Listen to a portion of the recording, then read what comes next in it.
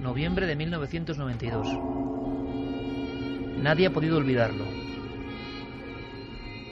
Si hay un suceso traumático en nuestra historia reciente, ese es este. El propio nombre de la población ha quedado marcado, como una herida no resuelta del todo.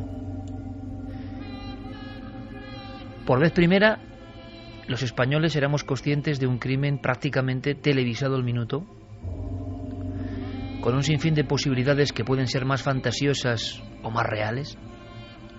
Por vez primera los españoles asistimos a una nueva forma de hacer televisión, que a veces rozaba el espectáculo más morboso, pero también una realidad que superaba cualquier tipo de conciencia previa. Era el horror en grado sumo. Esa población tiene un pequeño cementerio con 3 figuras que se alzan hacia los cielos como si fueran ángeles. Es la estatua que recuerda a Miriam, Toñi y Desiré, las niñas que desaparecen un viernes 13, noviembre 1992. Las niñas de un lugar que se llama Alcácer.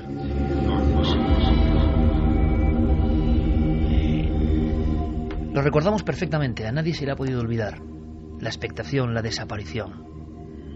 Ahora revisando viejos papeles, ahora revisando documentos, ahora indignados ante ciertas cosas, no solo en este caso que estamos viviendo, parece que nos visitan viejos fantasmas. Parece que resucitan antiguos horrores. Hace unos días, el asesino confeso de Anabel Segura, capturada y muerta mientras hacía footing a las afueras de la urbanización de La Moraleja. Pero apenas 48 horas después, Miguel Ricard, asesino, para algunos supuesto, de las niñas de Alcácer, por lo menos participante en aquella terrible orgía de sangre en un lugar donde ni los lobos acuden, lo decían algunos escritores, un lugar remoto, la Arcasa de la Romana, pues también sale en libertad, con un pasamontañas. Se produce una sensación quizá parecida a la de aquellos años, una sensación de no saber qué está pasando exactamente. Quizá es una legal desgracia lo que estamos viviendo, pero está ocurriendo, y evidentemente nosotros, que siempre hemos sentido un escalofrío muy especial respecto al caso de Alcácer, por ejemplo, sí que vamos a contar algunas cosas. Quizá esta es la noche porque la actualidad está ahí. 20 años después de aquel viernes 13, ocurren cosas que nos conectan directamente con una noche de horror. Una noche que no es de historias de aparecidos o de historias que pueden dar cierto miedo. Es el horror en mayúsculas. El asesinato, para muchos no resuelto, de las niñas de Alcácer. Miriam, Toñi y Desiré, 15, 14 y 14 años. Iban a ir supuestamente a una discoteca, la discoteca Color, que también quedó marcada de alguna forma. Nunca llegaron. El destino, la mala suerte, la fatalidad, nunca lo sabremos. Pero si es como se nos dice, parece que en un principio el padre iba a acercarlas, pero Fernando García se encontraba con fiebre. Era un hombre que adoraba a su hija, que siempre la llevaba a todas partes. Sin embargo, justo esa noche, viernes 13, se siente indispuesto. Así que las chicas visitan a otra amiga, una amiga llamada Esther, que vive, que quizá esté escuchándonos, y que decidió quedarse en la casa. ¿Qué pensará esa chica? ¿Se salvó de milagro? Las 3 muchachas, 3 niñas.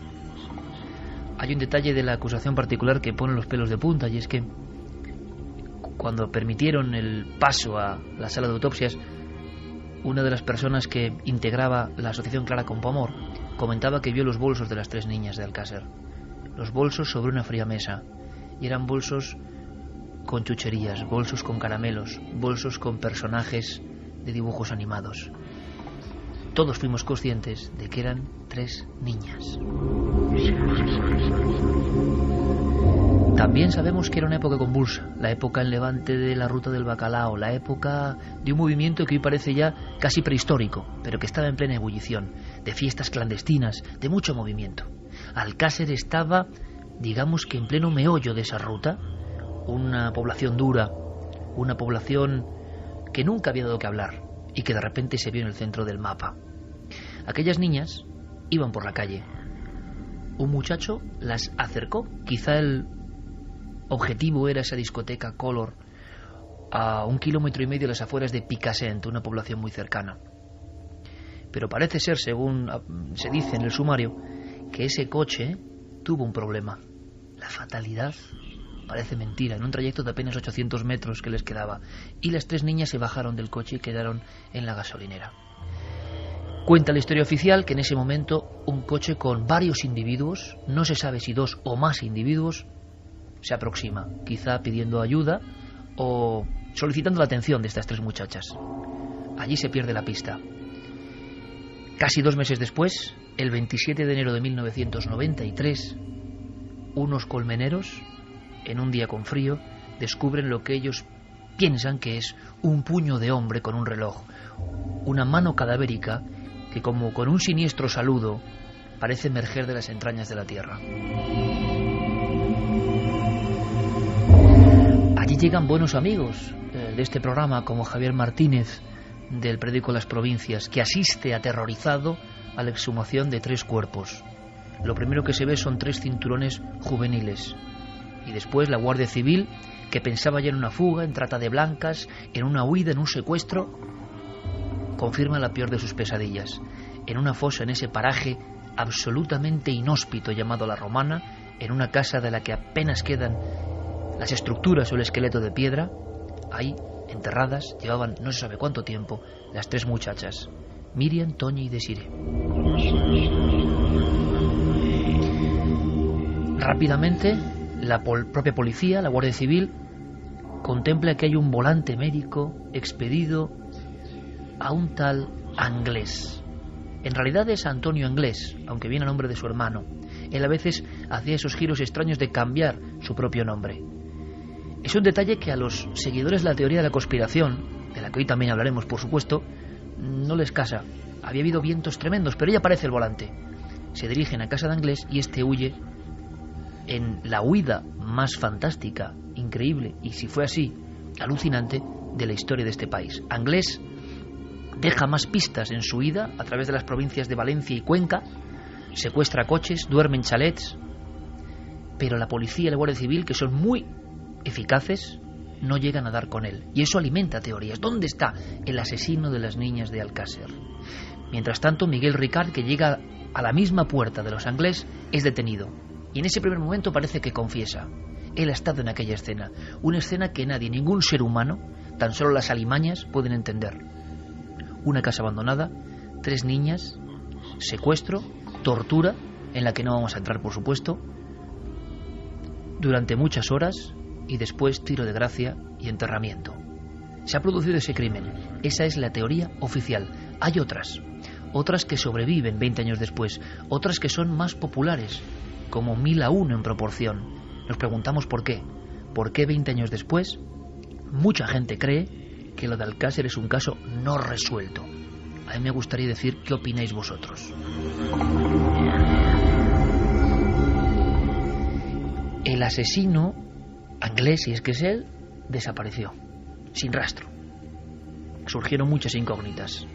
El principal acusado de estar en aquella noche terrorífica, viernes 13, en La Romana, asegura horas más tarde que él es una cabeza de turco, que él es, para entendernos, de alguna forma un Lee Harvey Oswald en el mundo de la conspiración de JFK, alguien que ha sido empleado, utilizado. Las preguntas surgen rápidamente: ¿por quién y para qué?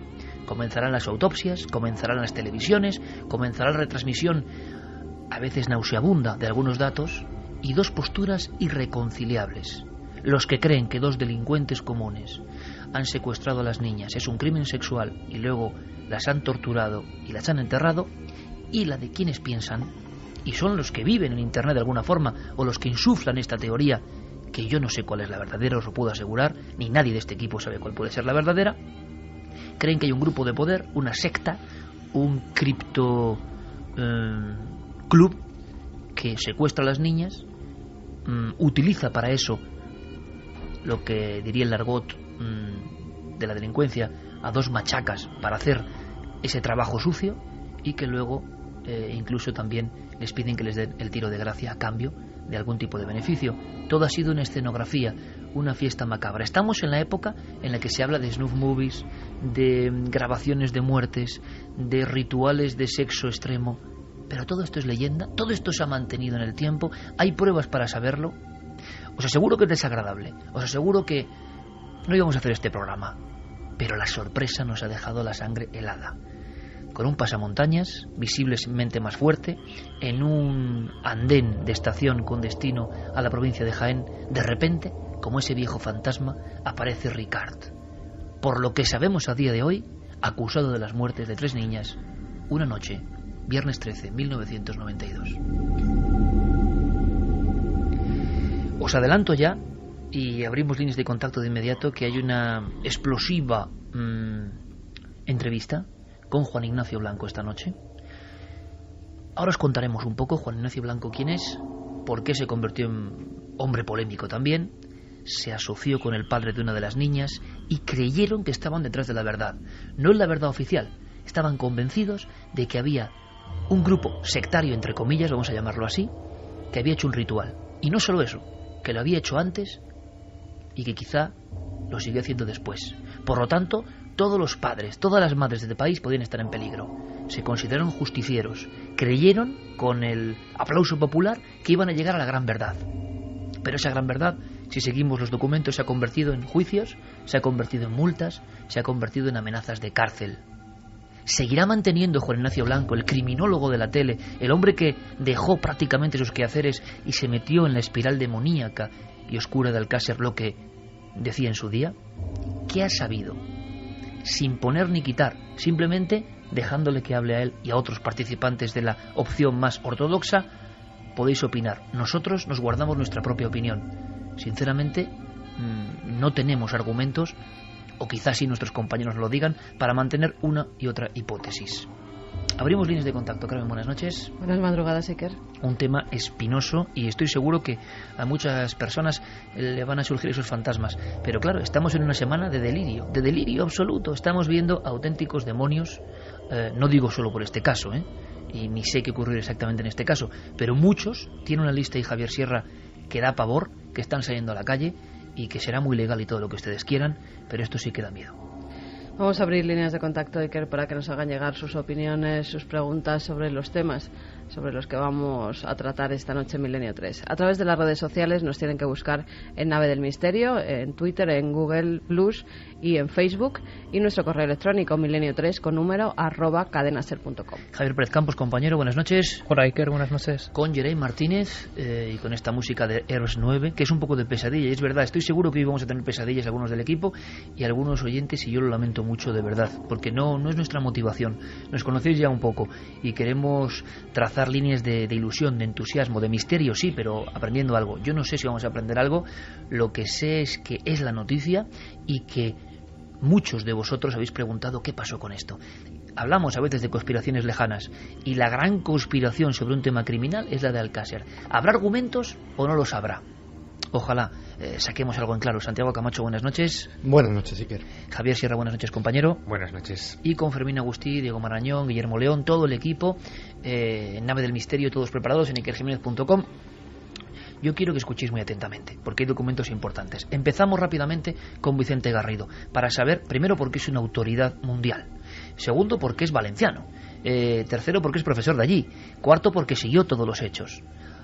Y Vicente Garrido lo tiene claro. No hay ninguna conspiración. Por desgracia, 2 delincuentes comunes, asociados en una noche de juerga extrema, hicieron esto. ¿Vosotros qué pensáis? Escuchamos a Vicente. Bueno, creo que todas las ideas que se pusieron sobre la mesa en aquellos años eran un poco producto de la situación de pánico que se produjo y la consternación, porque era la primera vez en la historia de España, y de hecho no ha habido posteriormente otro delito de esas características, ¿verdad? Entonces era la primera vez en España y por ahora la única que se había asesinado a 3 niñas o a 3 jóvenes en un mismo hecho criminal. Eso generó una situación de pánico, de incredulidad, y estableció una digamos, situación de consternación en la sociedad como nunca había ocurrido.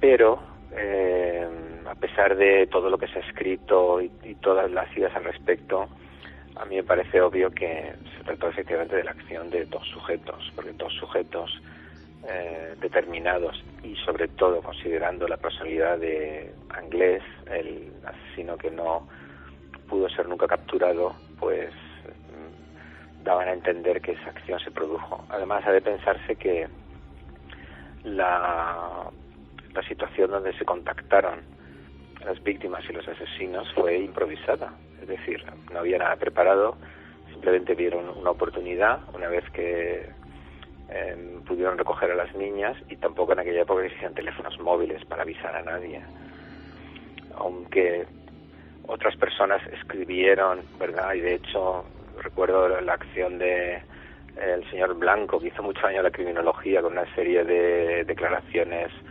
verdaderamente duras. Mi opinión, que he podido construir hablando con muchas personas que participaron luego en la investigación, que llevaron adelante el juicio, etcétera, es que era la acción efectivamente de los dos sujetos que resultaron incriminados.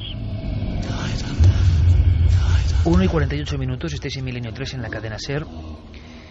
Hablaremos también hoy de Anabel Segura, como ejemplo de esos fantasmas que vienen a visitarnos de forma inesperada, como auténticas pesadillas hechas carne y hueso.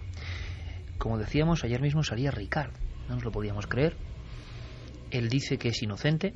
Hay dos posibilidades para esto: que realmente lo sea, que sería tremendo, y que sea una especie de subterfugio para no enfrentarse a una realidad, una especie de creer en la teoría de la conspiración que él mismo en tiempo real fue siguiendo por parte de algunos investigadores. Pero ¿qué ha dicho Ricard? Se anuncia que el lunes, en determinados programas, en concreto hemos leído en Antena 3 Televisión, en Espejo Público, van a dar más información. Bueno, ya la opinión la vuestra, pero la sensación es que este hombre cree lo que dice, es una excusa. Escuchamos lo que ha dicho el único implicado en la muerte más dramática de la historia del siglo XX en nuestro país, y con más retazos de conspiración, justo a la salida de la cárcel.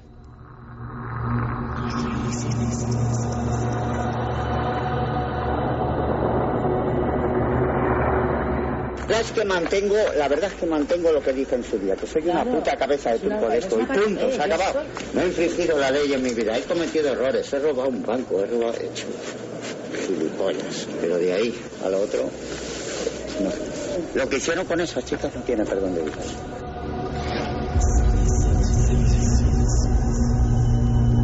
Y la conspiración es la palabra que va asociada al tema Alcácer, sobre todo la investigación de Fernando García, padre de Miriam, una de las niñas, el padre que estaba enfermo aquel día en la cama y que estoy seguro que eso no la puede olvidar nunca, ¿no?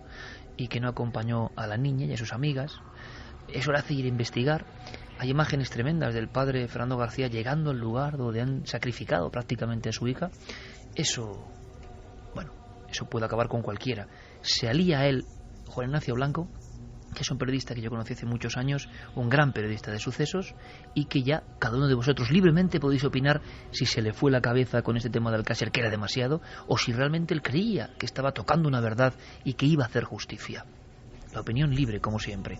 Pero la conspiración, ¿qué opinan de la conspiración los investigadores? Por ejemplo, Juan José Requena, que ha hecho un libro sobre Alcácer recientemente, Javier Martínez de las Provincias, la primera persona que ve el lanzamiento o exhumación de los cuerpos, o el maestro Paco Pérez Avellán, que es sorprendente, que antes creía en la versión oficial y ahora parece que no. Les escuchamos.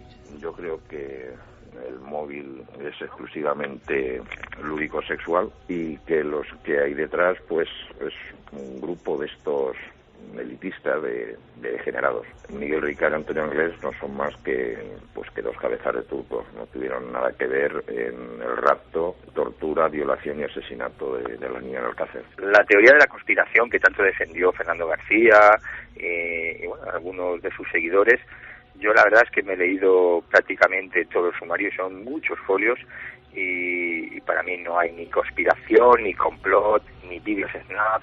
Como mucho, cabe la posibilidad, y de hecho la sentencia deja la puerta abierta a la participación de una tercera persona. Yo no creía en esto hasta que lo comprobé perfectamente en el sumario, ¿no? Que efectivamente hubo unos responsables intelectuales que no fueron nunca capturados.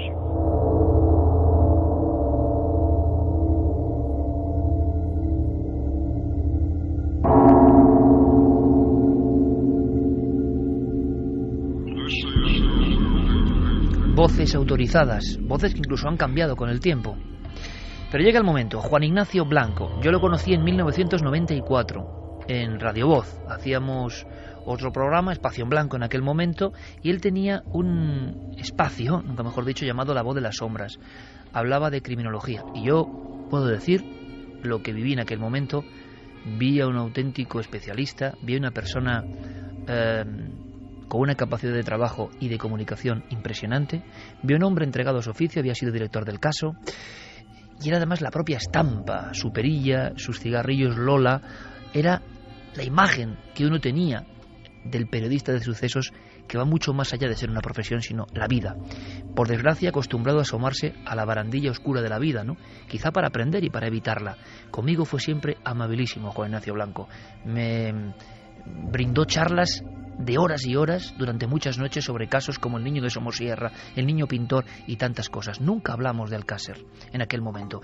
En aquel instante él no se había metido a fondo en la historia. De repente lo hizo. Gozó de una popularidad sin precedentes. Hicieron tándem el padre de una de las niñas y este periodista que vais a escuchar. Para algunos loco, para algunos delirante, para algunos equivocado completamente. Para otros héroe, para otros seguidor de la auténtica realidad que se esconde aquí. Para algunos justiciero que quería llegar a la verdad. Bueno, llevaba mucho tiempo sin hablar, algunos compañeros habían podido hacer algunas entrevistas. Yo sé que Juan Ignacio, evidentemente, pues tendría que tener algún reparo para hablar a nivel nacional, porque ha tenido muchos problemas, querellas, amenazas de cárcel, multas. Ha sido un proceso larguísimo, muy destructivo también. Alcácer le ha traído más problemas. La gran pregunta es si Juan Ignacio Blanco, el que abrió la caja de Pandora diciendo, ojo, Alcácer no es lo que nos han contado, es otra cosa, mantendrá punto por punto lo que decía. Es de alguna forma reabrir también La Voz de las Sombras. A la 1:54. Juan Ignacio Blanco, buenas noches. Bien hallado, muy buenas noches. Muchas personas querrían preguntarte lo que te voy a preguntar yo ahora, porque hay una gran duda, ¿no? Juan Ignacio Blanco habrá acabado muy escarmentado del tema Alcácer, tuvo muchos problemas, se metió demasiado a fondo, fue un periodista de investigación. Han pasado muchos años y en estos días Ricard vuelve a la libertad, Alcácer vuelve a las portadas de los periódicos. La pregunta es, ¿Juan Ignacio Blanco mantiene lo que dijo en su momento tan polémico que causó tantos problemas para él? Por supuesto, pero no es una cuestión de que sea yo quien lo mantenga, lo mantienen las pruebas existentes. La versión oficial del caso Alcácer, que plantea la autoría de ese supuesto Antonio Anglés y la de Miguel Ricard, condenado por la Audiencia Provincial de Valencia, está basada única y exclusivamente en que supuestamente Miguel Ricard declaró que él junto con Antonio Anglés eran quienes lo habían hecho. Sin embargo, las pruebas reales, lo que se encuentra tanto en el sumario A como en el rollo de sala, como en el sumario B, que posteriormente quedó abierto para la posible averiguación de nuevos autores que hubieran podido cometer el delito, lo único que demuestran sin ningún género de dudas es que Antonio Anglés y Miguel Ricard no fueron los autores materiales de las torturas, violaciones y asesinatos de Miriam, Toni y Desiré. Juan Ignacio, hay mucha gente joven esta noche que yo creo que quizá por fortuna para ellos, aunque a veces hay que conocer el mal para entenderlo y evitarlo, ¿no? Pero que no conocen los entresijos del caso Alcácer. Si tú tuvieras que contarles cuáles son las pruebas, si puedes casi de forma telegráfica, a la que tú te sigues aferrando o que crees que demuestran esa teoría no oficial. Bueno, la primera de las pruebas fundamentales son los 8 vellos púbicos, que son los únicos que han sido analizados y sacado su ADN por el catedrático de Medicina Legal de la Facultad de Santiago de Compostela, y que demuestran que pertenecen como mínimo a 6 y probablemente a 8, y cito textualmente, personas diferentes, y ninguno de ellos es Antonio Anglés y Miguel Ricard. De Antonio Anglés y de Miguel Ricard no se encontró, como dice textualmente la sentencia de Alcácer condenando a Miguel Ricard, no existe prueba biológica en contra del acusado, ni una sola prueba que demostrara que Antonio Anglés y Miguel Ricard lo hubieran hecho, y sí vellos púbicos de 6 personas como mínimo, o de 8 probablemente. El segundo de los temas es la famosa cruz de Caravaca con una cadena que el profesor Fontela encuentra en la segunda autopsia y que inexplicablemente los 6 médicos forenses que realizaron la primera autopsia no vieron, y que estaba incrustada en la cuarta vértebra lumbar del cadáver número 2, que no pertenecía a ninguna de las niñas y que inexplicablemente tampoco sabemos qué es lo que podía haber, cómo podía haber llegado hasta allí, ni el motivo de estarlo. El tercero, la desaparición de la mano derecha del cadáver número 2 y de la mano izquierda del cadáver número 3, que tampoco nos explica la sentencia en sus hechos probados cómo ha podido suceder. El cuarto de los hechos, y quizá más importante, son las lesiones post-mortem que tienen las niñas. Según el relato de hechos probados de la sentencia contra Miguel Ricard, el caso termina cuando Antonio Anglés y Miguel Ricard, a pie de fosa, le pegan 3 tiros a las niñas, las entierran y se acabó. Sin embargo, los informes, tanto de los médicos forenses que realizaron la autopsia, como del profesor Fontela, como luego los posteriores informes del Instituto Nacional de Toxicología, demuestran que las niñas sufrieron penetraciones peneanas y con objetos post-mortem, algo que evidentemente no ha aclarado nunca la sentencia y que indiscutiblemente demostraría que Miguel Ricard no ha podido ser el autor, porque, como cualquier psiquiatra forense conoce, el realizar actos de necrofilia con cadáveres no es algo que pueda realizar cualquier persona, y muchísimo menos Antonio Anglés, una persona a la cual en un informe confidencial de la Guardia Civil que obra en el sumario se le define como homosexual. Porque hay que dejar claro de una vez por todas esta situación. Antonio Anglés era homosexual y evidentemente un homosexual no se dedica a violar niñas. El siguiente de los hechos es la desaparición de la práctica totalidad de dientes en las niñas, pero fundamentalmente en las 3 desaparecen los 2 incisivos mediales sin que tengamos ningún tipo de conocimiento de cómo ha podido producirse eso. La ausencia de la mayor parte de las uñas en los cadáveres de las niñas, que si no hubiera existido doble enterramiento, como plantea la versión oficial, pues tendrían que haber aparecido en el interior de la fosa en ese cribado tan minucioso que luego se realizó y que sin embargo no aparecieron, y esas uñas tuvieron que desaparecer en algún lugar.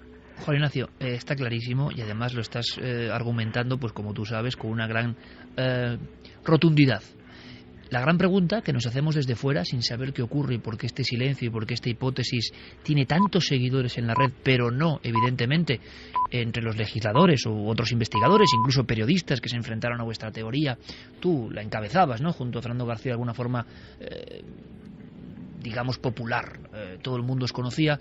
Hay detalles y anécdotas tremendos. La gente confiaba plenamente, ¿no?, en que ibais a llegar a una verdad que era mucho más peligrosa y que sobre todo iba mucho más allá de Alcácer. ¿Por qué? ¿Por qué no triunfan estas pruebas, Juan Ignacio? ¿Por qué 20 años después la teoría que se sigue manteniendo es la de que Ricard y Anglés hicieron todo esto? Sin embargo, ahora Ricard lo que dice, y parece que se anuncia, no podemos dar más datos, pero parece que se anuncia en un programa de Antena 3 el próximo lunes, declaraciones explosivas. Sabemos algo, que es que él dice ser un cabeza de turco. ¿Qué opinas primero de estas declaraciones de Ricard en concreto? Hombre, en realidad Miguel Ricard hubiera sido el autor o no, al salir de la cárcel sus declaraciones lógicamente tendrían que ser las de yo soy inocente y yo no he hecho nada. Eso es algo que es absolutamente lógico. No va a salir de prisión reconociendo y diciendo que violó y mató a las niñas. Evidentemente, él lleva manteniendo hace mucho tiempo el mismo papel y la misma situación desde antes de empezar el juicio. Otra cosa es que nadie haya querido dar pábulo a ese hecho, porque en el propio juicio en el que fue condenado, en su declaración, él nunca admitió haber realizado ninguno de estos hechos y se confirmó como un cabeza de turco, e incluso habló de las presiones que había recibido por parte de la Guardia Civil, que es algo que se trató durante el juicio. Pero evidentemente Miguel Ricard, lógicamente, lo que va a decir siempre es eso, que él es muy bueno y que no ha tenido nada que ver y que él ha sido un delincuente y ha atracado bancos y cosas así, pero que lo de matar y violar nunca lo ha hecho. De todas maneras, yo me he entrevistado en diferentes veces con Miguel Ricard, le he tomado declaraciones más de una vez en el sumario B, en el que yo estoy personado como acusación popular, y Miguel Ricard sigue manteniendo, lógicamente, que él no ha hecho nada de todo eso. Juan Ignacio, has dicho doble enterramiento. Bueno, evidentemente, si algo hay demostrado por las pruebas biológicas encontradas es que efectivamente los cadáveres de las niñas no estuvieron los 75 días enterrados en la fosa de la Romana, donde posteriormente aparecieron. Eso, bueno, hay un hecho muy claro para demostrarlo. El primero, la ausencia de livideces cadavéricas. Yo comprendo que a lo mejor hay gente que no lo sabe, pero en los cadáveres, como es lógico, cuando el cuerpo fallece, la sangre baja hacia las zonas más declives del cuerpo, y si el cuerpo se mantiene en esa misma posición, pues esas manchas rojas que se mantienen ya constantemente. En el caso de las niñas de Alcácer, algo que les llamó la atención no solo al profesor Frontela, sino a los 6 médicos que practicaron la primera autopsia, es que hay una ausencia de livideces cadavéricas que nadie consigue explicar el porqué. Y luego el segundo detalle fundamental es la presencia de fauna cadavérica en los cadáveres. Es decir, en los cadáveres hay moscas, en los cadáveres hay larvas de insectos, y lógicamente, si los hechos se han producido como dicen, que es las matan a pie de fosa y las entierran, es absolutamente imposible que toda esa fauna cadavérica haya podido desarrollarse en ese lugar. Pero como inexplicablemente no se analizó ni se estudió en ningún momento esa fauna cadavérica para haber averiguado precisamente la data de la muerte, porque uno de los temas en los que yo estoy completamente en contra es que las niñas permanecieron vivas durante muchos días. Por lo tanto, ¿qué pudo pasar, Juan Ignacio? Si puedes, digamos, hacer un guión terrorífico, evidentemente, de tu hipótesis, trasladarla casi a escenas, lo que has trabajado durante tanto tiempo. La teoría, hemos escuchado, está fundamentada en el aspecto de la hipótesis heterodoxa por diferentes vías, además, ¿no? Se habla de grupos poderosos, se habla de encargo de unos delincuentes de poca monta simplemente para hacer un trabajo y que luego pasan más cosas. Se ha llegado a hablar de criptogrupos o sectas. ¿Qué hay de todo esto en tu opinión personal, Juan Ignacio? Bueno, mira, yo antes que nada quisiera tener un recuerdo con la duquesa de Medina Sidonia, que en paz descanse, que es quizás mi gran adalid en toda esta investigación y que más nos ha ayudado y nos ayudó económicamente y en todos los aspectos a conocer qué es lo que ocurre. Pero por intentar ser breve, aquí ocurre que por intereses concretos de unas personas concretas se encarga a un grupo de delincuentes el secuestro de estas 3 niñas, que una vez que se realiza el secuestro con las 3 niñas, amén de los diferentes actos que ocurrieron, que ahí tendríamos que charlar durante mucho tiempo porque tú has planteado las diferentes hipótesis de lo que pudo suceder, pero evidentemente algo absolutamente terrorífico. Pero fundamentalmente hay que tener muy claro que el móvil no es un móvil sexual. El móvil de Alcácer es un móvil de poder. Y ese móvil de poder es el que hace que estas personas contraten a esas otras personas para que secuestren a las niñas, que las mantienen vivas durante un determinado tipo de tiempo, que incluso llegan a plantear chantajes al Estado, y que finalmente, tras llegar a determinados acuerdos, pues los cadáveres aparecen en un lugar determinado junto con los culpables, uno de ellos muerto ya. Nos hablas, por lo tanto, de un grupo de personas que trazan una especie de plan macabro con un sentido no sexual, como tenemos todos más o menos asumido, ¿no? Que hay un crimen sexual con una serie de vejaciones sobre las muchachas. ¿Podríamos estar viendo algún tipo de ritualística en todo esto? Esos elementos que antes has contado de alguna forma sueltos, una cruz de Caravaca, algunas amputaciones. ¿Habría una especie de escenificación de algo en esas noches diferentes en tu teoría, Juan Ignacio? Exactamente. Es que una vez que se tiene el producto, y perdón por la expresión, que no es ningún menosprecio hacia las niñas, pues se realizan con ella otro tipo de actuaciones colaterales. Es decir, aprovechando que tenemos esto, vamos a utilizarlo por aquí, vamos a utilizarlo por aquí y vamos a utilizarlo por aquí. Pero evidentemente hay que tener muy claro que nos encontramos frente a un grupo muy importante de personas que evidentemente también entre ellos, no todo el grupo, sí participan y practican ciertas artes ritualísticas. ¿Se podría ahondar más en eso, Juan Ignacio? ¿Ritualístico en qué sentido? Porque yo he escuchado grupos, estaba muy de moda, y tú lo sabes como periodista de investigación que eres, el asunto casi del satanismo, la criptomasonería, sociedades secretas, o grupos más bien de personas adineradas que quieren dar rienda suelta a sus perversiones, porque son mundos muy diferentes, ¿no? No, por supuesto, no tienen absolutamente nada que ver, pero no, ese segundo mundo de personas de poder y dinero que simplemente se quieren pegar una pasada con las chicas, yo ese le tengo absolutamente descartado. Es decir, no se trata de una juerga. No se trata de una juerga, en tu opinión, sino de algo perfectamente planificado. No, por supuesto, pero desde la primera línea hasta la última. Es algo además que se ha planificado en un tablero. Es un hecho que está tremendamente estudiado. Es decir, yo aquí recibí muchísimas informaciones del que tiene algo de información, que no es la Guardia Civil ni la Policía Nacional, sino que es el CNI. Entonces, evidentemente, el caso Alcácer es una apuesta contra el Estado importantísima. Y evidentemente en esas ramificaciones no todas las personas que participan en la trama pertenecen a estos grupos, pero muchas de esas personas sí pertenecen a determinados grupos que evidentemente son de gran complejidad como para que nos pongamos a detallarlos. Tú afirmaste que llegaste a ver incluso una filmación de estos hechos. Yo no sé si sigues pensando que eso fue así, entregaste la filmación a las autoridades, evidentemente. ¿En qué quedó todo eso?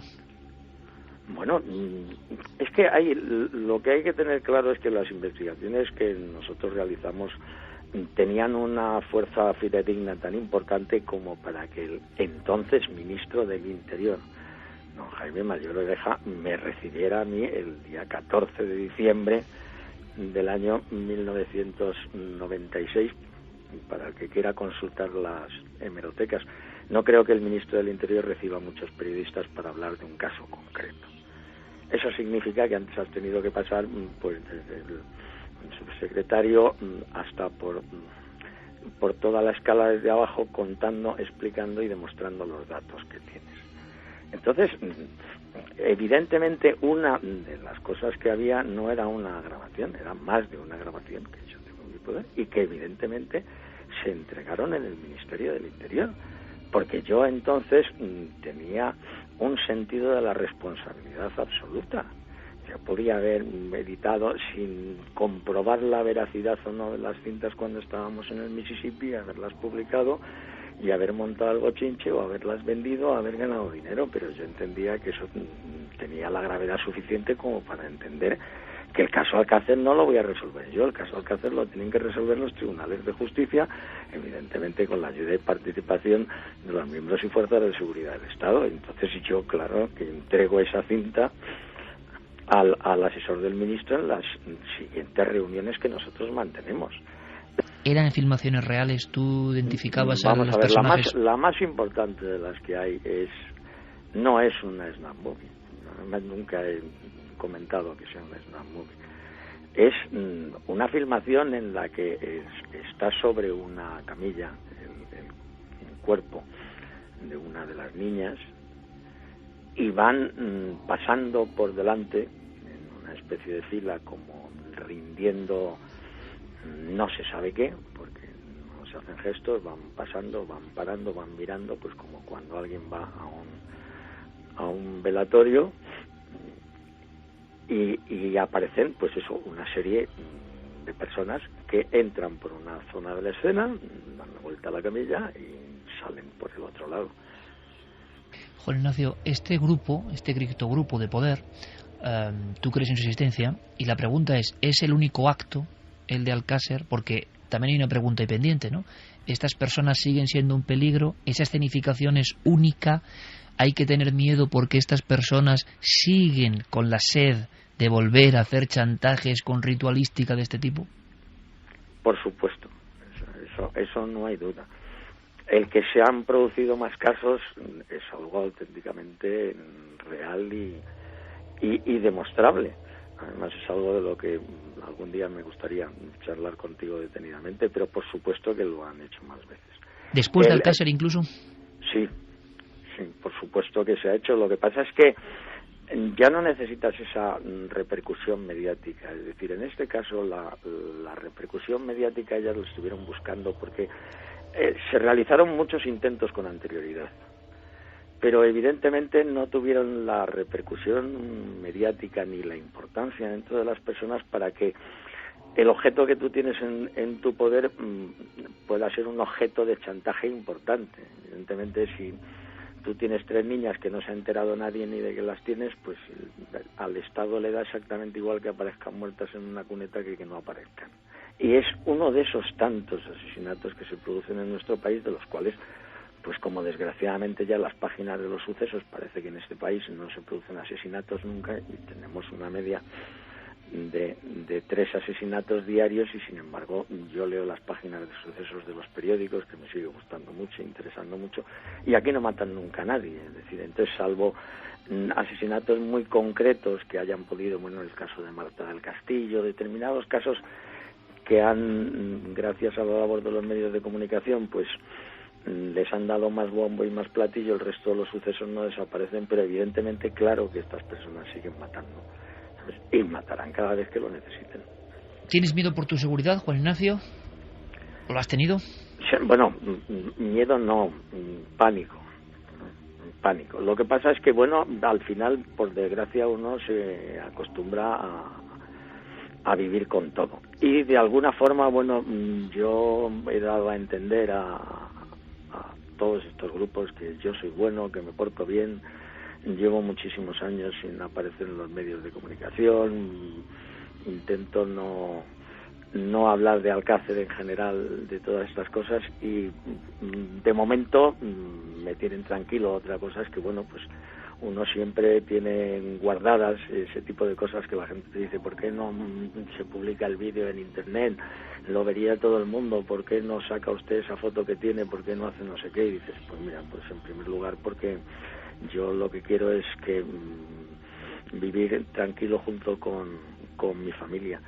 Juan Ignacio, nos quedamos con una situación muy inquietante, como todo el caso Alcácer, ¿no? Pero especialmente las personas que somos padres, por ejemplo, podemos pensar, bueno, y ante esta situación que nos dibuja aquí Juan Ignacio Blanco, tenga la verdad o no la tenga, ¿qué puede hacer el ciudadano, no? Porque quizá la impotencia de enfrentarse a esto es lo que más asusta. Tú hablas de criptogrupos poderosos que hacen esto, y yo no sé, el periodista, el investigador, el ciudadano, la persona que nos está escuchando, ¿qué puede hacer entonces? Nada, esperar que no lo toque. Exactamente, rezar y que no te toque la China. No hay otra solución frente a ello. Lo que sí ha habido, y es algo de lo que sí me siento tremendamente orgulloso y que quizás ha sido lo que ha dado sentido a todo lo que he hecho, es que yo tengo la absoluta seguridad de que le he salvado la vida a más de un niño y una niña. Y eso ha merecido la pena por todo lo que se haya hecho. Juan Ignacio Blanco, que ha sido un auténtico placer hablar contigo, saber de ti, de tus investigaciones que prosiguen. Sé que tienes un dominio web, un auténtico portal para investigación del crimen que es visitado, sí. Murderpedia, visitado en todo el mundo, y que espero que volvamos a encontrarnos. Un fuerte abrazo. Para mí ha sido de verdad un auténtico placer volverme a reencontrar contigo y, bueno, sobre todo agradecerte esas maravillosas palabras que dices de mí en tu editorial y sobre todo tu amistad después de tantos años. Muchas gracias por todo. Juan Ignacio Blanco, gracias. Milenio 3. Detrás del misterio. En busca de una respuesta. Cadena SER.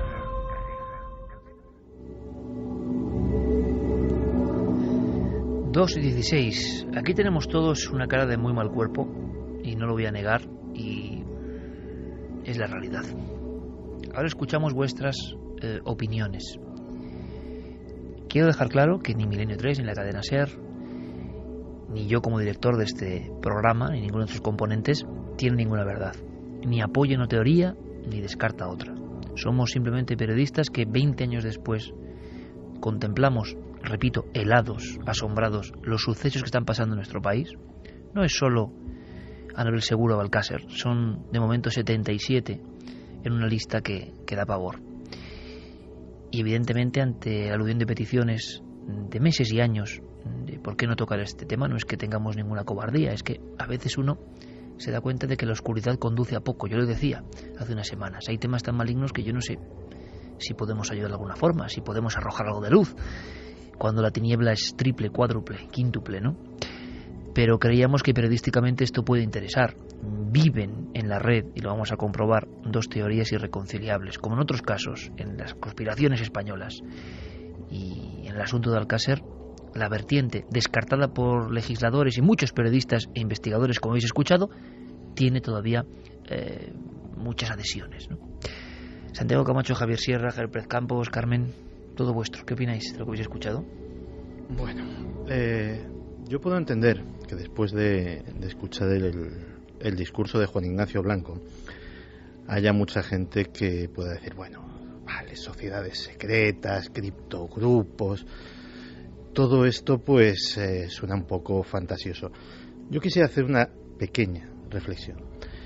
Puede suceder en Los Ángeles, en Johannesburgo, en Medellín, en Glasgow, en cualquier gran ciudad.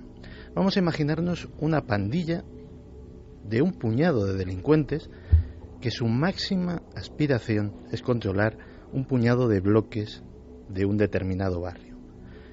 Para entrar a formar parte de ese grupo, te van a pedir una cosa. Te van a pedir que elijas una víctima al azar, una ama de casa que pasa por la calle, un chaval que sale del instituto, y lo mates. Eso ha pasado 20.000 veces. Estamos hablando de una pandilla de mataos que quiere controlar 4 bloques de un barrio. Si esa pandilla no es de mataos y no quiere controlar 4 bloques de un barrio, sino que es de gente que quiere controlar todo un país, ¿qué te piden para asegurarse su lealtad?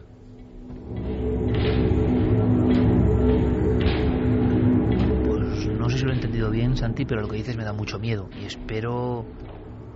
tiendo a pensar, ¿no?, que aquí hay mucha fantasía o que no se complementa. Caso, es que eso da mucho miedo. Si fuera así, Santi, esta gente no se deja grabar.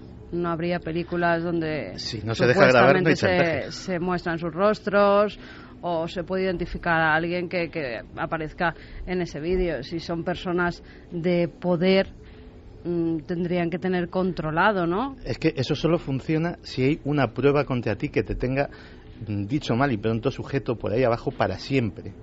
Que no puedas traicionarle salvo después de haberte suicidado. O sea, claro, no hay otra. Pero no te dejarías grabar.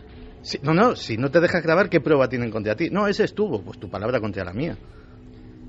Bueno, y en caso de que existieran estas filmaciones, yo la pregunta que me hago es, si una persona está constantemente defendiendo una versión a la contra de la versión oficial y de repente caen en tus manos estas filmaciones que de alguna forma atestiguan a tu favor, no sé si yo pondría en manos de la justicia o de esa gente que defiende la versión más oficial estas filmaciones, ¿no? Si sabes que ellos precisamente están intentando hundir toda esa versión alternativa.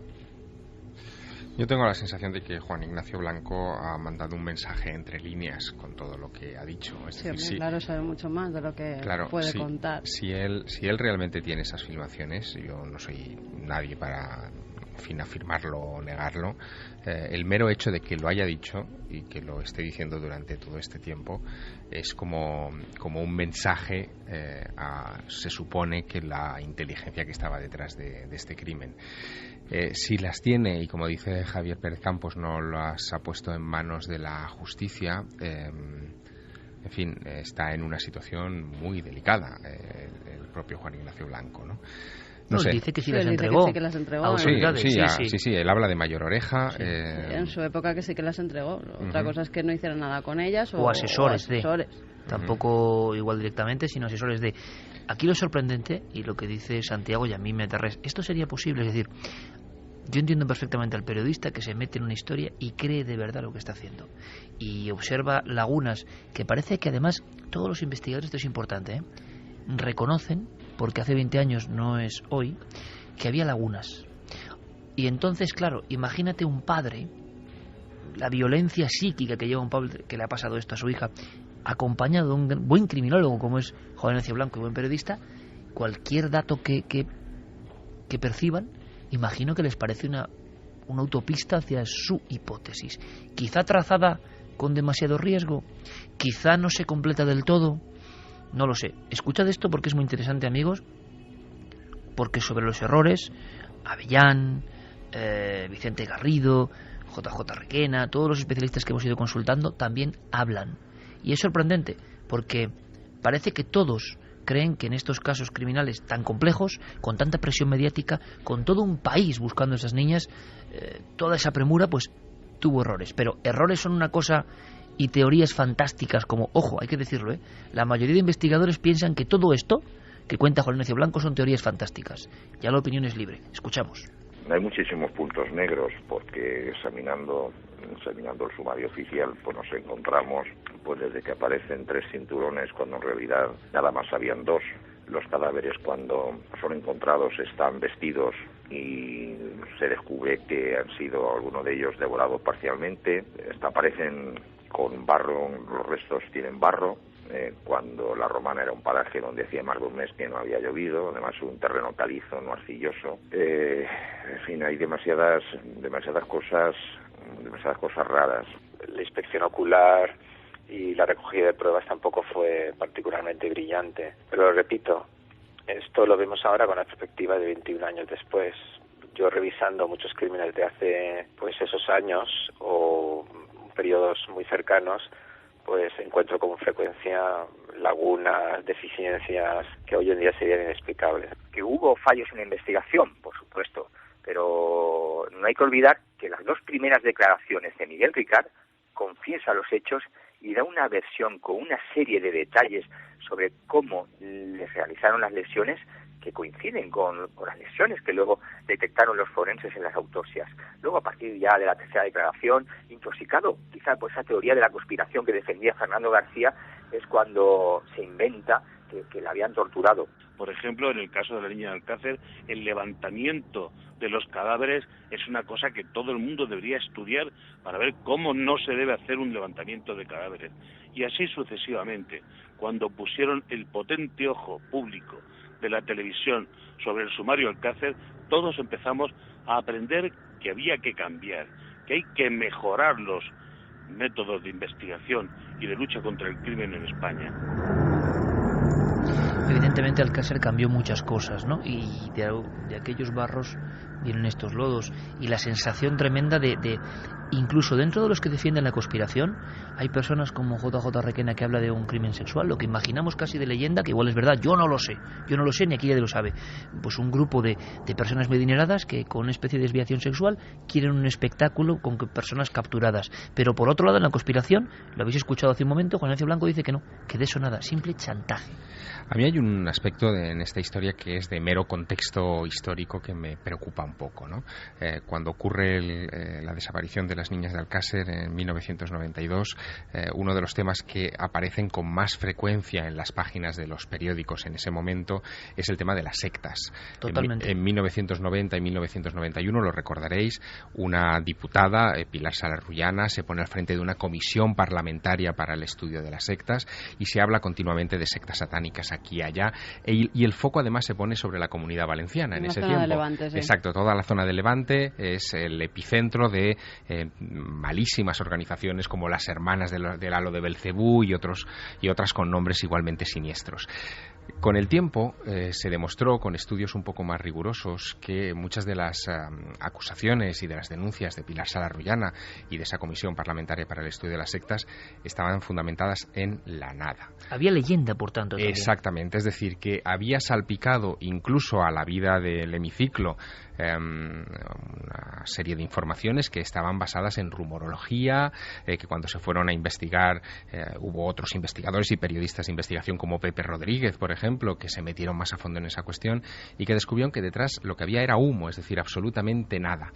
Cuando salta el tema de las niñas de Alcácer, desde un primer momento se habla también de este asunto de las sectas y se lo vincula, yo creo que por un contexto histórico natural en ese momento, porque era de lo que se hablaba en Levante fundamentalmente.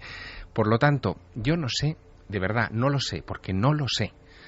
Si de repente, a fecha de hoy, 21 años más tarde, seguimos equivocados con ese asunto y también puede que nos encontremos con humo detrás. Santi, a mí me interesa una cosa. Evidentemente, ante declaraciones tan tremendas, ¿no?, sean reales o no, de Juan Ignacio Blanco y los seguidores de la conspiración en el tema Alcácer, lo que hay que trazar es paralelismos, ¿no? En otros lugares del mundo, de Europa, han pasado cosas parecidas. Se habló en la misma franja de tiempo del tema del Templo del Sol y de los asesinatos en Bélgica con niños, y los defensores de esta teoría heterodoxa decían, oye, ¿qué ha pasado en Bélgica? ¿Ha pasado en no sé dónde? ¿Qué pasa? ¿Que en España no van a pasar estas cosas?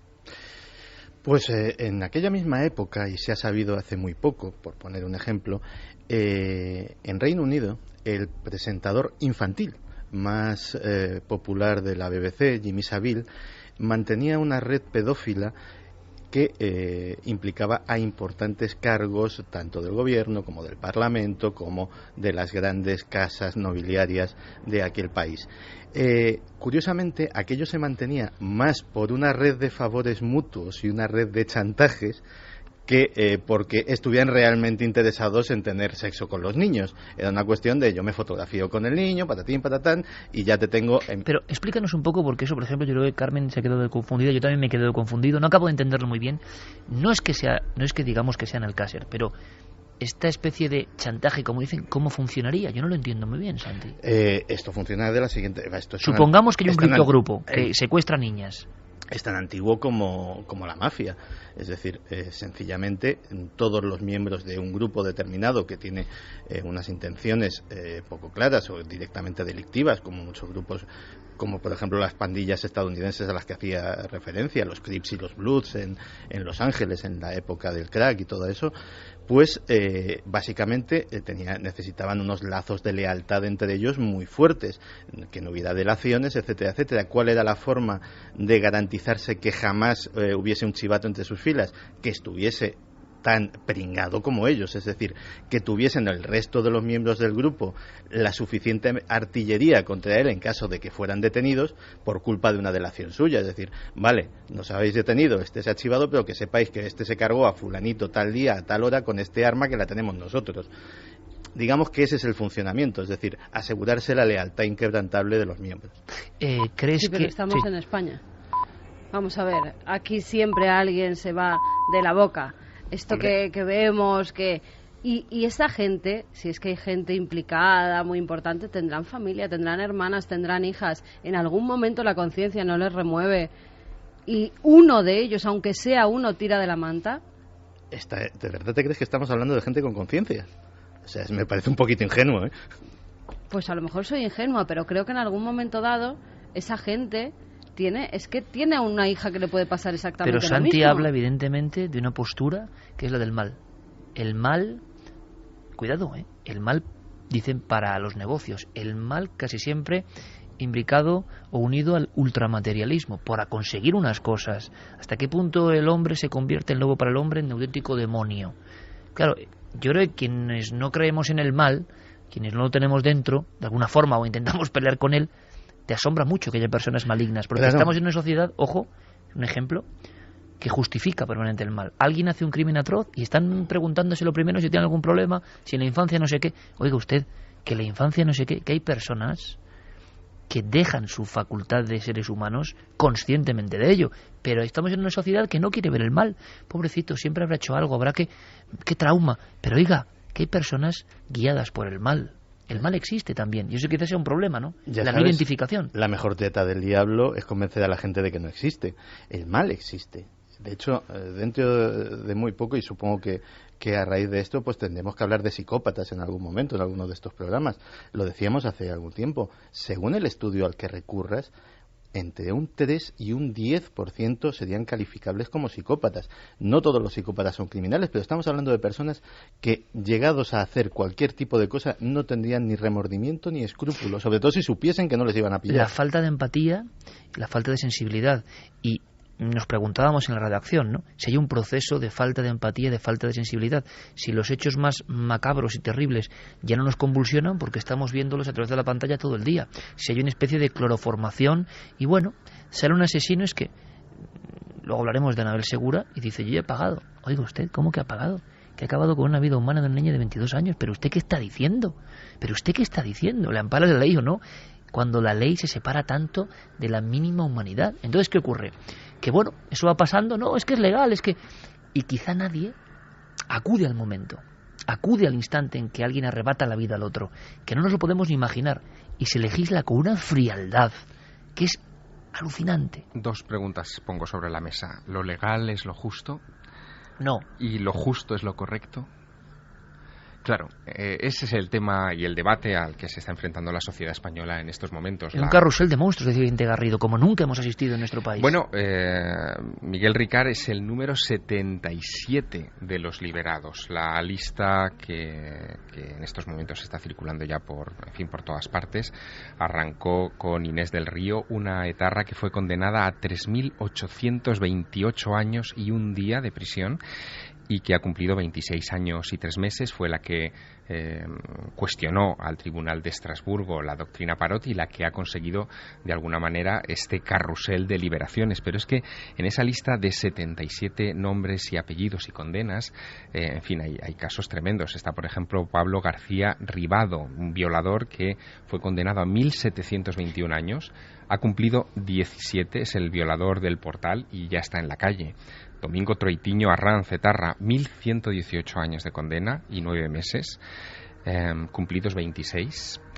José Antonio López Ruiz Etarra, 1.200 años de condena, 1.210, cumplidos 26.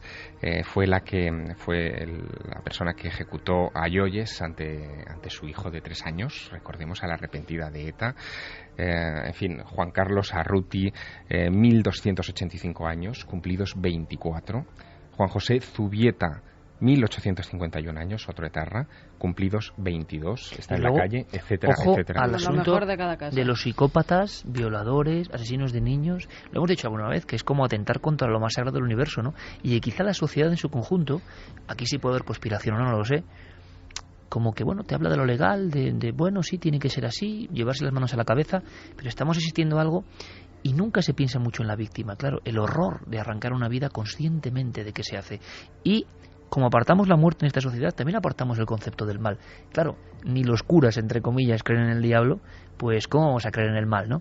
Pero el mal está por ahí y se apodera de personas en ocasiones. Y hay personas que conscientemente quieren hacer el mal. Se encuentra con una sociedad muy permeable, blanda, yo creo que en muchas ocasiones, y que siempre está justificando. ¿Qué opinará nuestro público? Por cierto, hay una cosa que me interesa.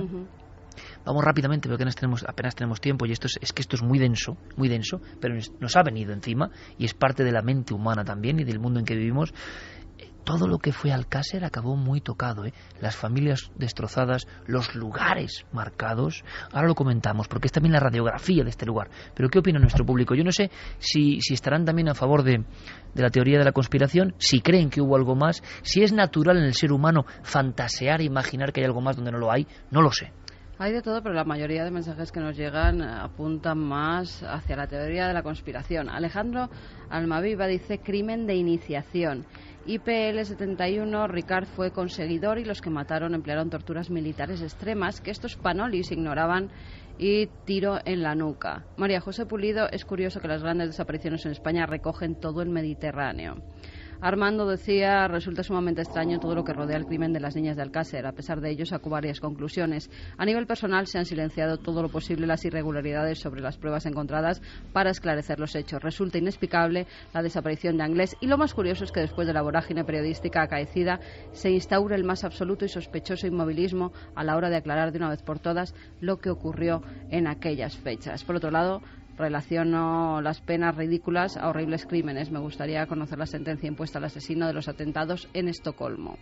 David dice: no me creo que haya criptogrupos detrás de estos crímenes. Si algo ha quedado claro es que los inculpados serán unos tarados desequilibrados. Eso para mí es suficiente. Esto no es la naranja mecánica, creo. Este tema es muy desagradable, la verdad. De Real Tweet dice: Juan Ignacio Blanco salvó su vida a costa de no publicar y difundir lo que realmente sabe. Rafa Bordes: Juan Ignacio Blanco ha hecho posiblemente las declaraciones más importantes de la historia de España. Madre mía.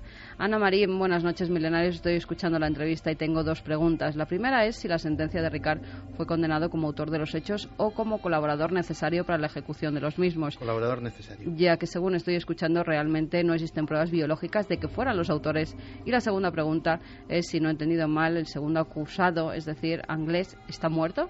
Estoy de acuerdo en que en este caso hay un velo oscuro que no dejó satisfecho a nadie.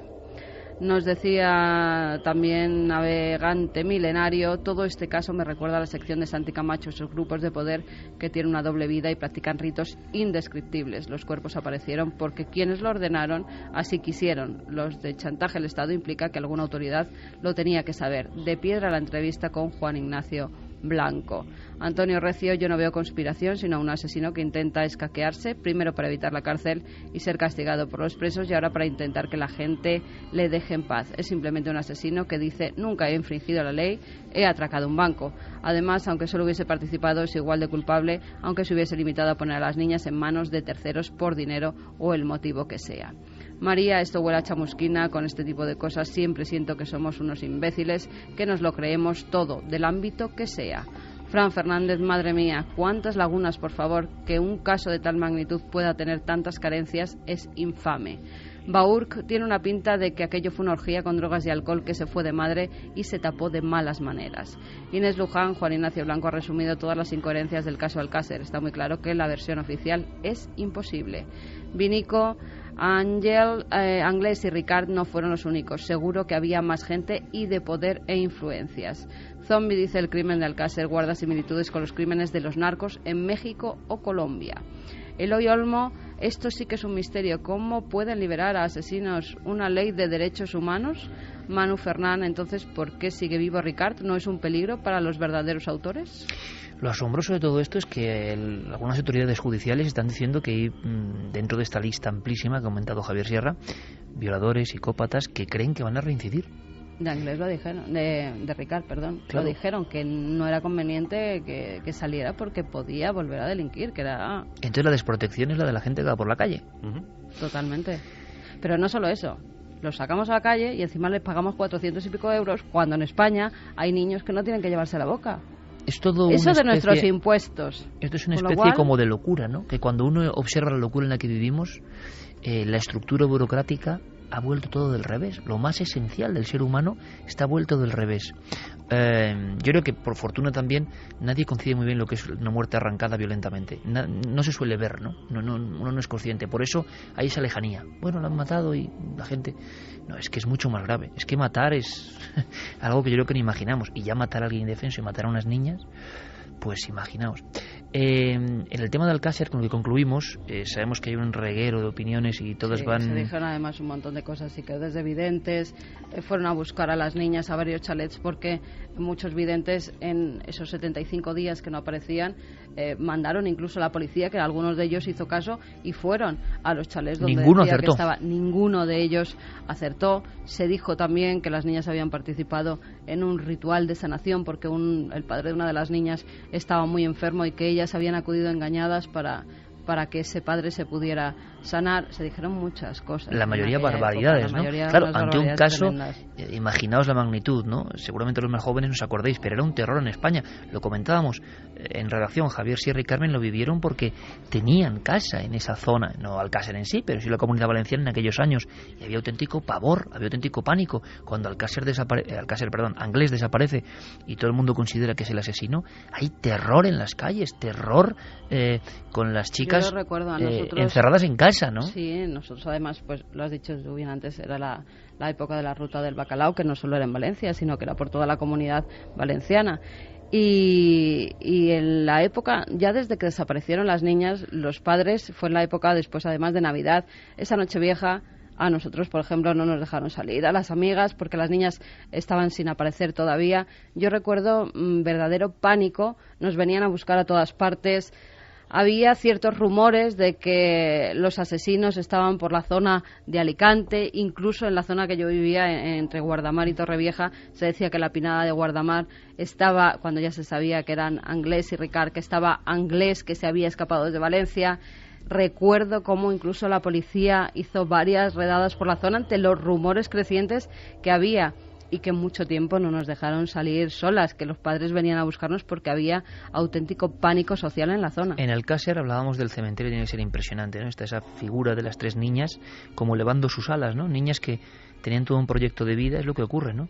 El contraste entre alguien que ha cometido la barbarie, sea quien sea, no me estoy refiriendo a este caso, cualquier otro, y sigue viviendo, a ver si me dan un trabajo, no sé qué, y uno ya no piensa en esa niña que tenía todo el proyecto de vivir, y que alguien que se cruzó en su camino se lo segó. Fíjate, Iker, ese cementerio es muy visitado por gente que va de vacaciones o que pasa por la zona.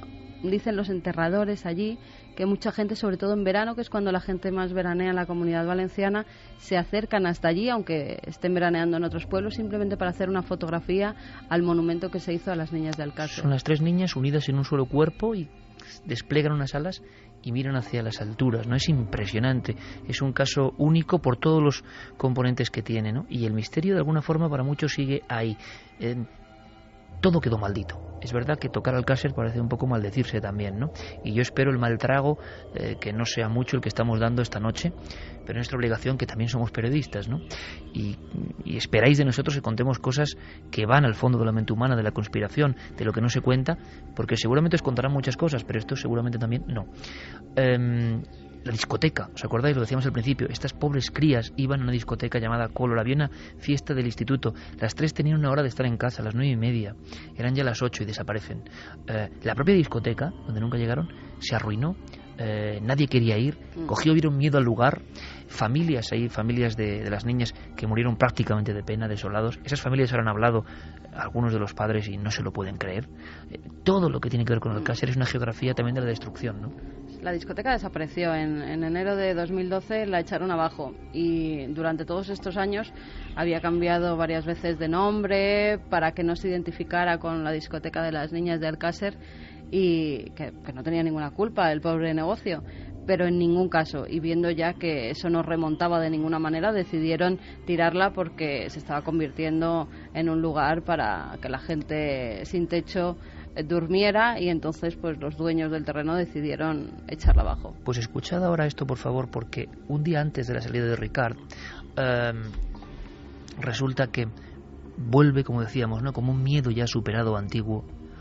Es un hombre con pelo largo, gafas, un gorro, un aspecto un poco mendicante, con un carrito, y resulta que lo reconocemos porque enseguida nos viene a la memoria la historia de Anabel Segura, una chica que en una lujosa urbanización de Madrid salía a hacer footing, no tenía otra culpa, salir a hacer footing, y de pronto, cerca del colegio escandinavo, en la zona de Moraleja, para una furgoneta blanca y 2 individuos la secuestran.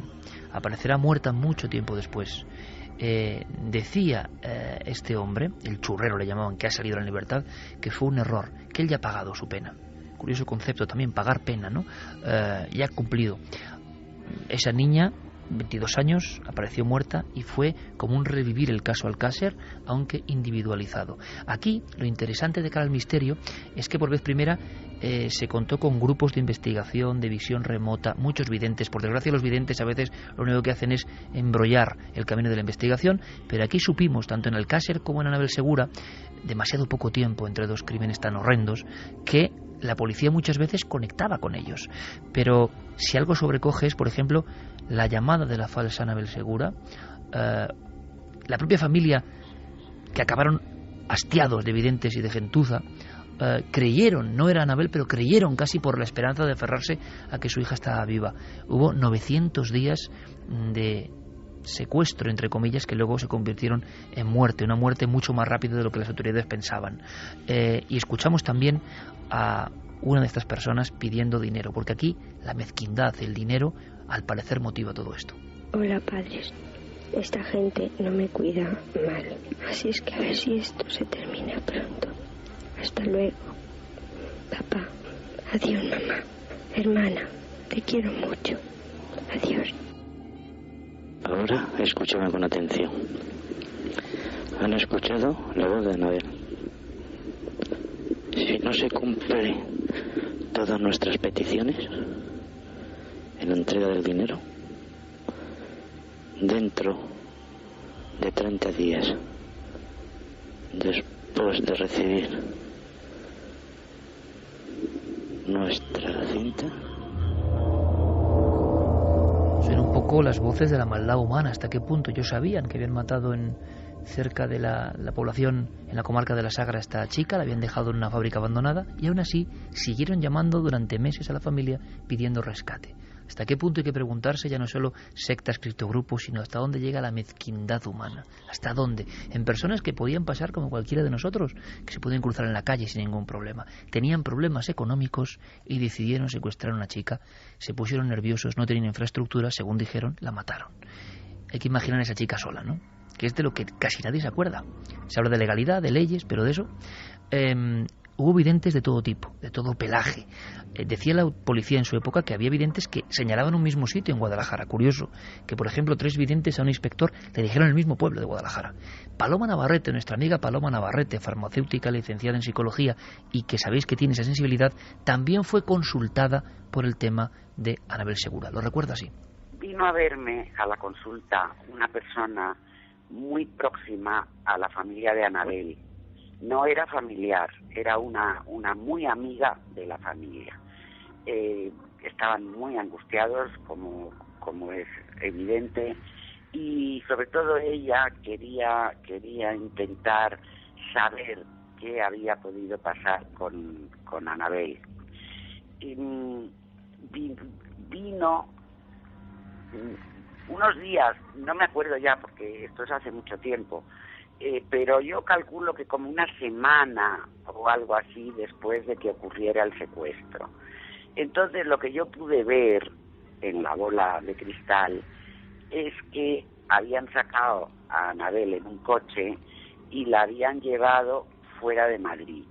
Y luego lo que pude ver es que Anabel no aparecería viva, porque yo la veía que no estaba viva, y además veía que ellos se deshacían de ese cuerpo, pero yo no pude precisar exactamente el lugar donde ocurrió. Yo dejé a esta señora que vino a verme la opción de comunicar a la familia lo que yo había visto o de no decirles nada. Ahí yo ya desaparecí del caso. 1993, la angustiosa desaparición de Anabel Segura. Y aquí ocurre una historia que conoce muy bien Javier Sierra en primera persona, única en la historia de la criminología y el misterio en España. Bueno, la historia la conozco porque en aquella época yo era redactor de la revista Más Allá, y la revista Más Allá, que en ese momento dirigía José Antonio Campoy, encarga una investigación muy curiosa en este asunto. Anabel había desaparecido en abril de 1993. A finales del verano de 1993, unos meses más tarde, decidimos en la revista Más Allá traer a 4 expertos de los Estados Unidos que habían participado en programas de espionaje psíquico. Esta es una historia que con los años después yo he ido conociendo mejor y he entrevistado a muchos de los que participaron en aquello, pero en época de la administración Carter se organizaron grupos dentro de las Fuerzas Armadas de los Estados Unidos que tenían como objetivo espiar de métodos y de formas muy curiosas, entre otras saliéndose fuera del cuerpo o provocando salidas de fuera del cuerpo o salidas al astral, como se diría en el argot esotérico, pues poder enviar esos cuerpos astrales, por ejemplo, a otras partes o latitudes remotas para ver qué está sucediendo, ¿no? Especialmente para espiar a los soviéticos. Cuando se acaba un poco la Guerra Fría o estos experimentos finalmente terminan casi todos en el fracaso, esos militares organizan empresas civiles para la búsqueda de personas desaparecidas, espionaje industrial, en fin, todo tipo de cosas. Más Allá contacta con estos personajes y 4 de ellos vienen a España. Les vigila muy de cerca Francisco López Seivane, que es el periodista y escritor que se encargará de seguirles los pasos desde su llegada a Madrid hasta su marcha 6 días más tarde, y vienen para estudiar 2 desapariciones del momento. El caso de Anabel Segura y también el de María Ángeles Feliu, la farmacéutica de Olot. A ese proyecto lo llaman Proyecto Almas Perdidas y se organiza un operativo de investigación. Pero me gustaría que escucharas de la voz del propio Francisco López Seivane, que recuerda muy bien esta historia, por supuesto, digamos el perfil, el retrato robot de estos 4 investigadores que llegaron a España. Uno de ellos era un general retirado de la inteligencia americana, general Stubblebine, no recuerdo perfectamente el nombre, que se parecía, era una mezcla entre Lee Marvin y el Quijote de aspecto. Había un sargento retirado también de la inteligencia militar, muy gordito, que era técnico de seguimiento de satélites. Había una psiquiatra y había una mujer muy, muy gruesa también, que era pues una psíquica, ¿no?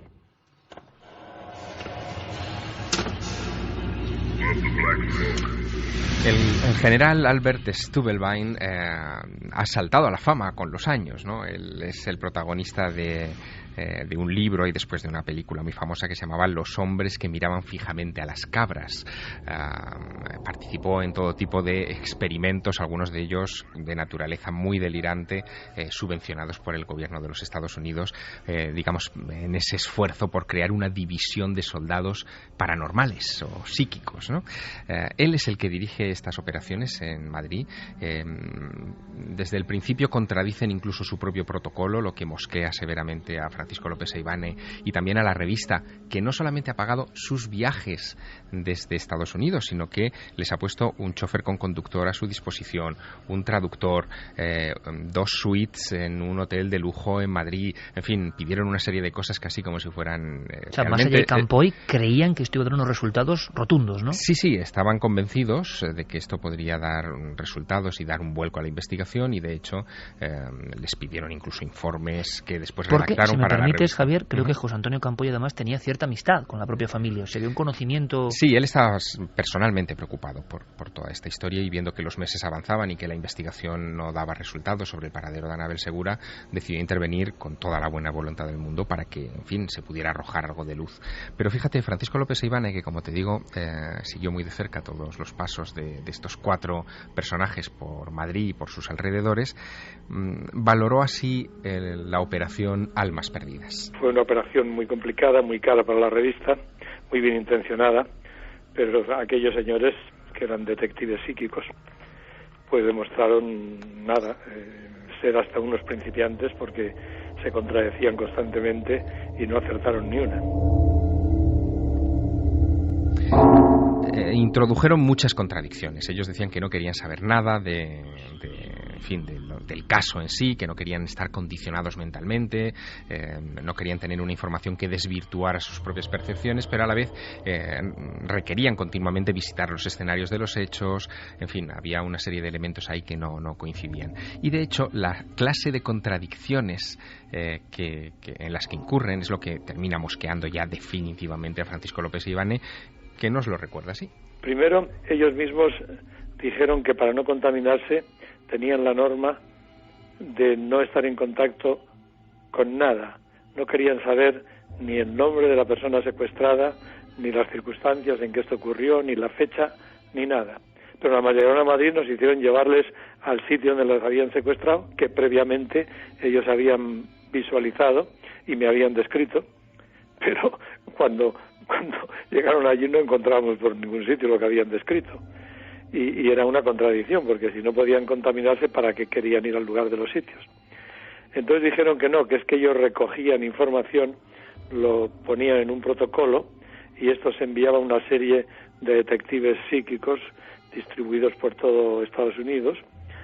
Cada uno de ellos no tenía ni un nombre, 01, el 02, el 03, todos estudiaban el protocolo que estos enviaban, se concentraban y emitían su propio informe con lo que veían. O sea, que da la sensación, Javier, de que la historia de la visión remota en este caso de Anabel Segura, historia que os contamos y que seguramente no conocíais. La otra página oculta de un suceso dramático no resultó, fue un gran fracaso, hay que decirlo.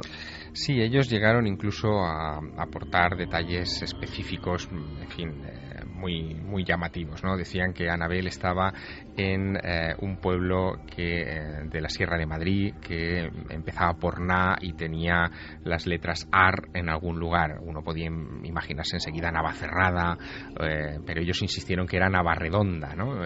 Llegaron a ir a Navarredonda, vieron que aquel pueblo no se ajustaba a las visiones que habían tenido. De nuevo fue un sonoro fracaso. ¿Se dice eso en el informe? Sí, eso se dice. Es curioso porque se sabe que los captores de Anabel Segura estuvieron en varias poblaciones de Ávila durante horas dando vueltas porque no sabían qué hacer, y yo no sé si es una de esas poblaciones. Bueno, ese extremo no se confirmó, pero lo que sabemos, en fin, por cómo se desenlaza todo cómo se desarrolla todo este caso, es que finalmente en septiembre, 2 años más tarde, es decir, en 1995, septiembre del 95, se encuentran los restos de Anabel en un pueblo que se llama Numancia de la Sagra, Toledo, en la provincia de Toledo. Pero es curioso, Javier, yo no había caído en esto, porque siguiendo un poco las pistas, estos hombres no van directamente a Toledo, sino que sobre todo en la provincia de Ávila, en varios pueblos, están horas y horas con la furgoneta porque no saben qué hacer. Lo que ocurre es que cuando llega toda esta información a manos de la policía, porque evidentemente la revista lo pone en manos de los inspectores que están llevando el caso, es tal la avalancha que ellos han recibido de informaciones de todo tipo procedentes de videntes que probablemente lo guardan en un cajón y no le dan mayor atención. En este asunto de los videntes hay muchos que se autopostulan, algunos famosísimos que quedaron desacreditados por ello, que incluso se publicaron artículos en la propia revista Más Allá donde se hablaba de ese descrédito y que llegaron incluso a llevar a juicio a la revista, perdiendo por primera vez juicios contra la publicación. Nos vamos ya mismo.